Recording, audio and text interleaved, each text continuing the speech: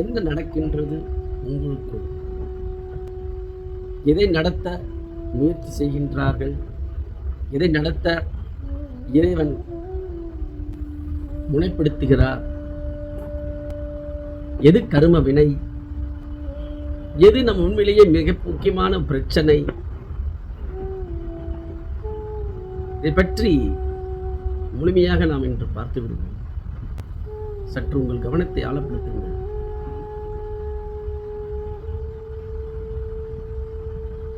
இந்த ஆன்மாவுடைய இருப்பு, ஆன்மா என்றால் உயிர், எல்லாம் ஒன்று.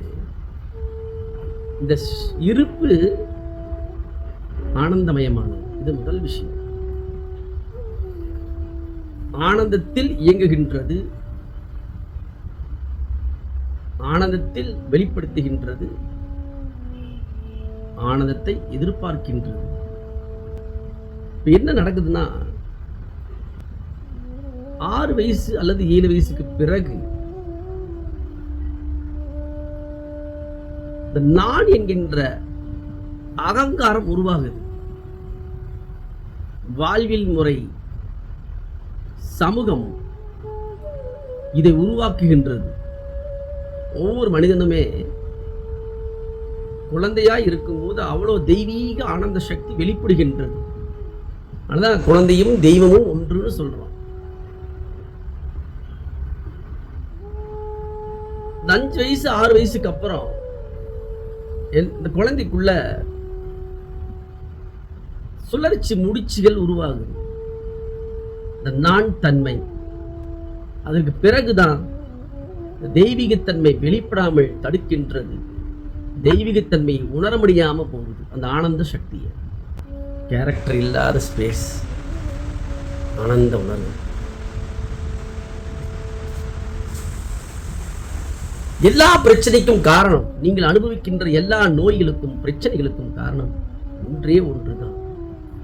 உங்களுக்குள் இருக்கும் நான் என்கின்ற அகங்காரம்.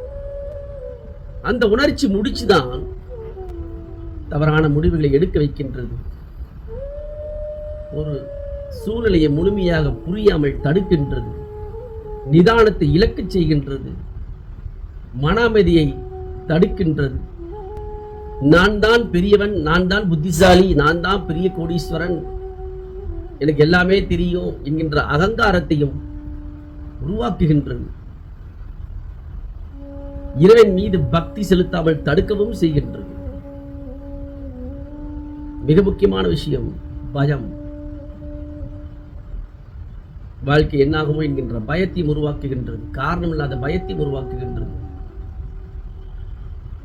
எல்லா பிரச்சனைக்கும் காரணம் இந்த நான் என்கின்ற சுழற்சி முடிச்சு. இதே இந்த 5 வயசு 4 வயசு குழந்தையா இருக்கும்போது பாருங்க, எந்த பயமுமே இருக்காது. நீங்க சொல்லலாம் அதெல்லாம் அப்பா அம்மா இருக்காங்க பார்த்துக்கோங்க, அப்படி கிடையாது. குழந்தைக்கு தெரியாது. முதல் குழந்தை சுபாவத்திலேயே இயற்கையாகவே ஆன்மாவின் இருப்பான ஆனந்த சக்தியிலிருந்து உணர்கின்றது, அதை வெளிப்படுத்துகின்றது. அதனாலதான் பாருங்க, எல்லாருமே இந்த குழந்தையை பார்க்க ஈர்க்கப்படுவார்கள்.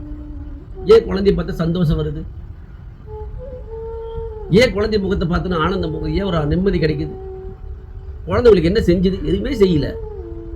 ஆனா நீங்க குழந்தையை பார்க்கும்போது என்ன நடக்குது? ஒரு பெரிய ரிலாக்ஸ் ஏற்படுது. காரணம், குழந்தைக்குள் இருந்து வெளிப்படுகின்ற ஆனந்த சக்தி. எப்ப அந்த ஆனந்த சக்தி வெளிப்படுறது தடைபடுகின்றதோ முரண்பாடுகள் ஏற்பட துவங்குகின்றது. மீண்டும் அதே ஆனந்த சக்தியில் வாழ்வதுதான் வாழ்க்கையின் லட்சியம். அந்த ஆனந்த சக்தியிலேயே இருப்பதுதான் பிறவா நிலைக்கு எடுத்துச் செல்லும் வழி. அதே ஆனந்த சக்தியில் வாழ்வதுதான் இருப்பின் சுபாவம். ஆனந்த சக்தி அனைத்தையும் ஈர்த்துவிடும். ஆனந்த சக்தி நிதானத்தை தரும், உரிமையை தரும், பொறுப்பை உணர வைக்கும், தர்மத்தில் வாழ வைக்கும். ஆனந்தம் ஆரோக்கியத்தை ஈர்க்கும். ஆனந்த சக்தி அல்லது ஆனந்தம் செல்வத்தை ஈர்க்கும். ஆனந்தம் இனிமையான உறவுகளோடு இனிமையாக இருக்கும். ஆனந்த உணர்வு முக்தியை தரும். ஆன்மீகத்தின் உச்சமம் இது மட்டுமே.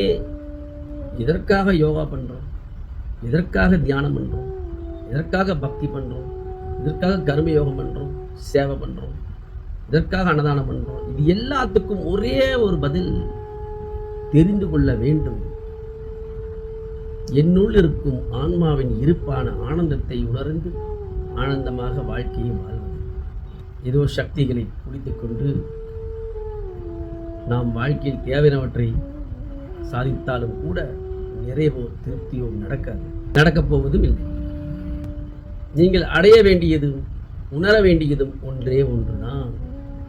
உள்ளுக்குள் இருக்கும் ஆத்மாவின் இருப்பை உணர்வது ஆனந்த சக்தி, ஆனந்த உணர்வு. நீங்கள் எல்லோரும் இந்த சத்தியத்தை புரிந்து இதை உள்வாங்கி இதற்கான ஆனந்தத்தை உணர்வதற்கான பயிற்சியில் ஈடுபடுங்கள். இதற்கான தியானத்தை செய்யுங்கள். இதற்கான ஞான சத்தியத்தை உள்வாங்குங்கள். நீங்களும் உங்கள் வாழ்க்கையை ஆனந்தமயமாக வாழலாம்.